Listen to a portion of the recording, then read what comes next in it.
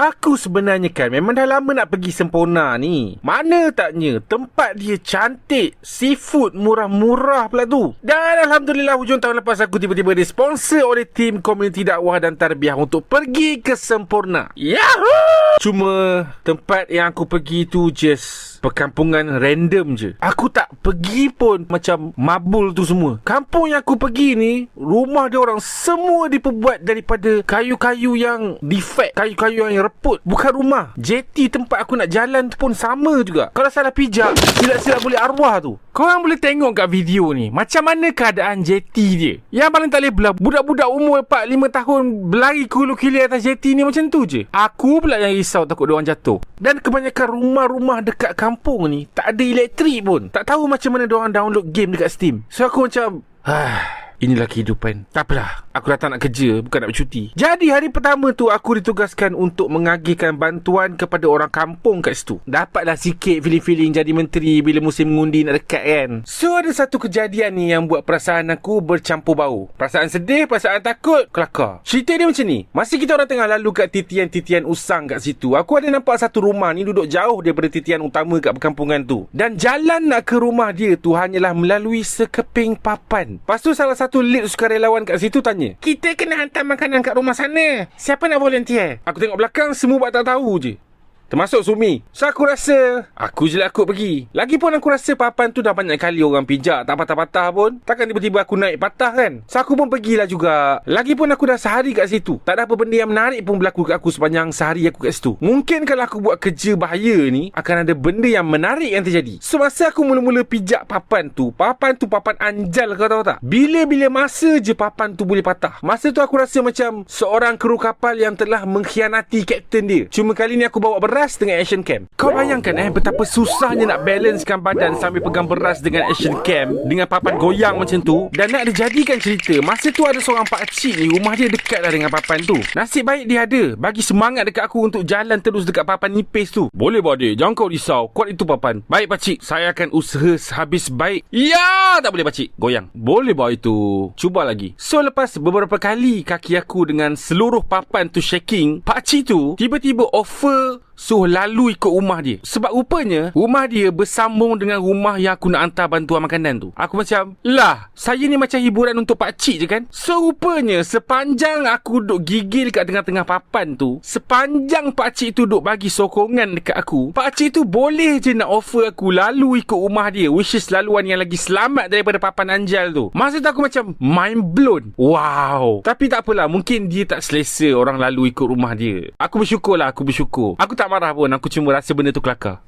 Ada satu kali ni aku ditugaskan untuk bermalam kat salah satu rumah yang paling daif yang ada kat perkampungan tu. Aku actually excited dengan projek ni, tapi pada masa yang sama aku pun meragukan kebolehan aku untuk tidur kat rumah yang paling daif kat situ. Jadi ada seorang penduduk kampung kat situ cadangkan satu rumah ni, dan petang tu kita pun bertolak pergi rumah tu, dan jalan nak ke rumah dia tu memang seram, babe. Sama macam rumah yang aku nak hantar bantuan makanan yang aku cerita tadi. Tapi kali ni aku tak bawa beras, so senanglah sikit nak jalan. Jadi masa aku sampai tu, aku sembang-sembang lah sikit dengan dia orang. Actually tuan rumah tu tak pandai cakap bahasa Melayu, so menantu dia yang tolong translatekan apa aku cakap. Dan macam biasa aku minta izin kat tuan rumah tu nak tidur kat rumah dia. Well, actually aku rasa macam awkward dengan permintaan tu. Lagi awkward bila makcik tu macam fikir-fikir, nak bagi ke tak sebab dalam rumah dia ada satu ruangan je. Kat situlah diorang masak, kat situlah juga diorang tidur. Tambahan pula dia ada seorang menantu perempuan. So tanpa menggunakan otak aku yang waras, masa tu aku ada nampak satu platform kat luar rumah dia, dan aku terus cakap, kami tidur kat luar ni pun tak apa makcik.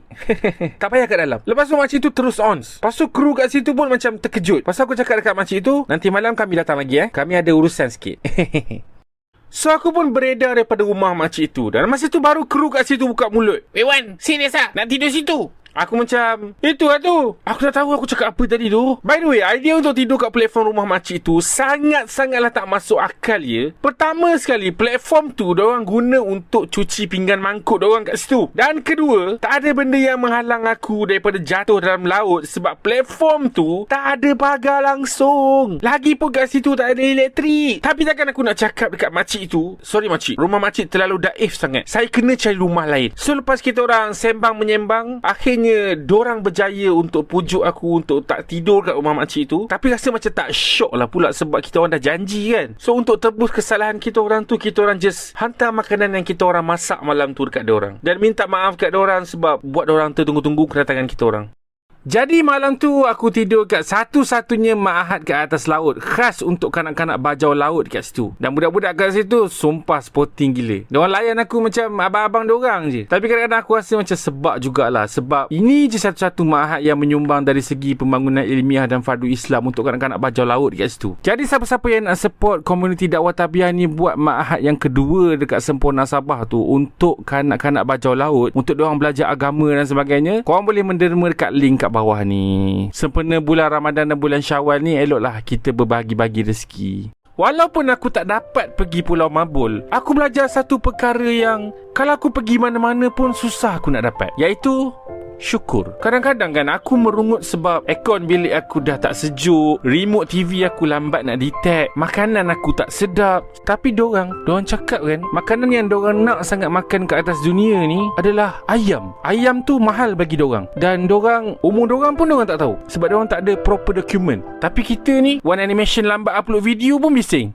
Hi guys, aku memang selalu akan ingatkan korang pasal event PBAKL akan datang, sebab aku tak nak korang lupa. Aku tak nak macam ada yang dekat event PBAKL, tak tahu pun ada dekat event PBAKL. Sebab itulah setiap video aku kena cakap supaya korang tak lupa. So sekali lagi, aku dengan Sumi Azil akan ada dekat PBAKL daripada 29 hari bulan 5 ni sampailah 7 hari bulan 6 dekat PWTC Kuala Lumpur. Ada macam-macam kat situ, antaranya plushies aku, family card game, komik sekolah komedi versi 2, dan satu lagi projek rahsia yang aku rasa mungkin hujung-hujung baru aku bagi tahu. Alright, jumpa korang kat sana. Okay, bye.